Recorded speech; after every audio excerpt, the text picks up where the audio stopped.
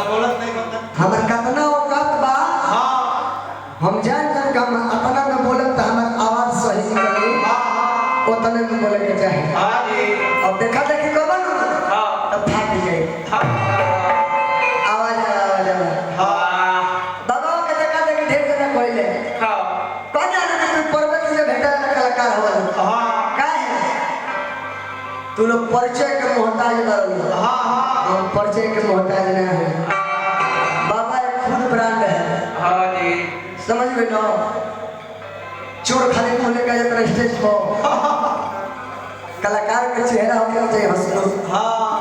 चेहरा स्टेज पर बहुत होना चाहिए हां साफ सुथरा होना चाहिए हां जी जब तक पड़ जा रहा है लोग बोल बता कोई बोलने नहीं कहां से सब चोर चमार कलाकार क्या बताइए सावरिया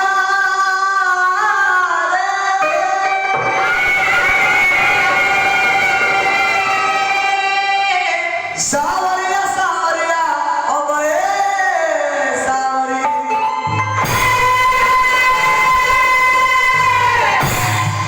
मोरा सावरिया सावरिया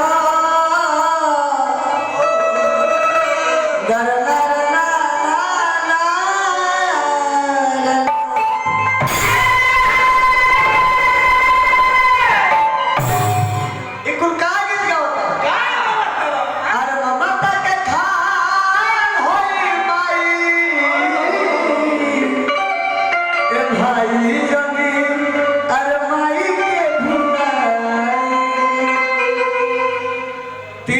पहले गांव रिजेक्ट कर ल से गाना के अभ्यासी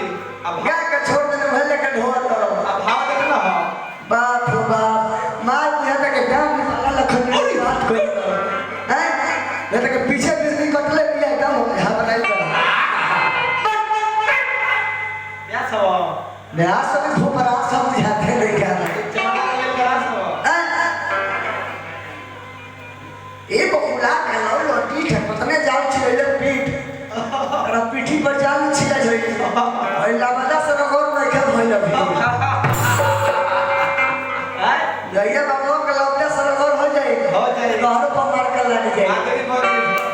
हां अरे बाप हो बाप अरे दादा हो दादा जान जाए हां जब इकर बियाह होई हां आदमी से हैं लड़की से तो लड़की से तक कदा ही पीली से हो जाए इनका बियाह होय कौन होय बाबा हां अब मेहरा सिंह का हम मिल गए हां पहिल के रात मेहरा लोग गइले कल किया आए सुना ना आज हमनी के सुहाग रात है आए मौकी करस किया रे ये सुहाग रात के है मेहरा सिंह का है ये कहले कि कैसे समझाई कि सुहागरात क्या बोला कहले कि सुनो सुना आज हम तार घूंघटा उठाए तारा के मिठाई खिलाए ए बे आजी हां कहां घूंघटा पुर ले गए जब घूंघटा रुका उठाए कल्पना करो हां मन मन में सोच लो सोचबो तो ढेर काम हो जाला सोचिए हां घूंघटा उठावले मिठाई खियावले हां 15 मिनट भीतर कौन भैया दादा हां मंगी क्लास की यारी हो गया सुहागरात हो गया यही है यही सुहागरात है हां लेकिन ना ना अभी तो बाकी अब हम तरह से बोले बतियाए कुछ परिचय बढ़ाए 1 घंटा 1.5 घंटा बोलले बतियावले हां परिचय बढ़ावले हां फिर 15 मिनट जब बीतल साल से दोनों जना रहल लो हां मौगी कसकारी हो गया सुहागरात वाले की कैसे समझाए कि और कुछ सत्यनारायण भगवान के कथा हो रही है हां हां मौगी सकल के सुन तोरा लगे वो जेल बा हमार लगे वो कैदी बा ते जेल खोल आ कैदी के जाए दे हां सैनिक माराए दे कैदी त जेल खोल देलस मौगी हां कैदी अइले हां कन्हैया दादा 15 ही मिनट में कैदी के बेल हो गई 15 ही मिनट में कैदी के बेल हो गई फिर जब 15 मिनट बीतो मौगी कस गया रे हो गया सुहागरात हो गया। अरे जेल खुला है कैदी भेजिए फिर मर्द मन मिजाज बनावल जेल देखत रहे फिर कैदी छोड़ चले कैदी गइले अब की दानी कैदी 20 मिनट टिकले फिर कैदी के बेल हो गई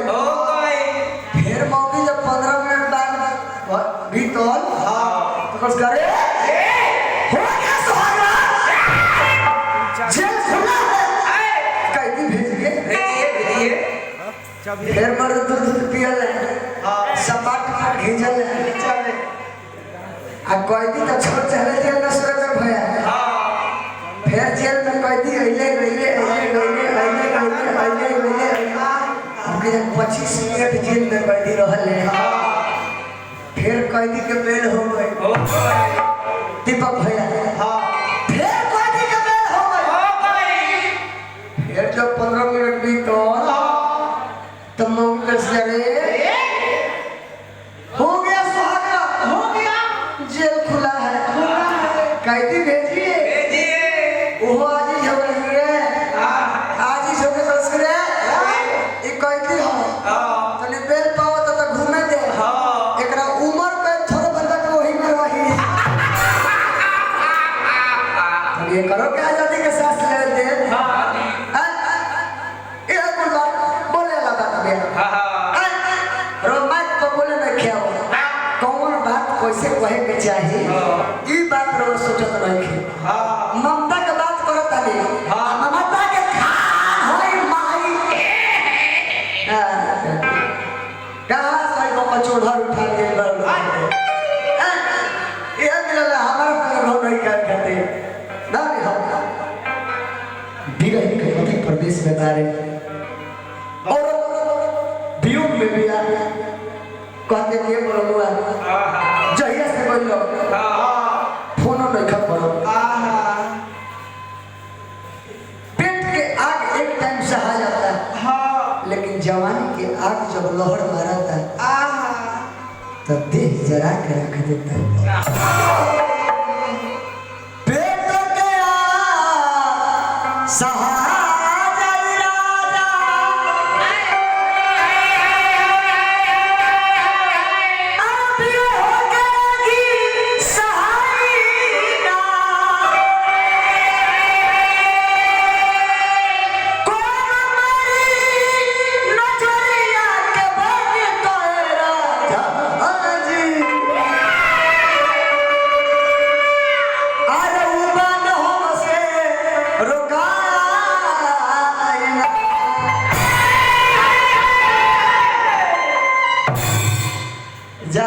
चंदन जी गायकी के बात भैया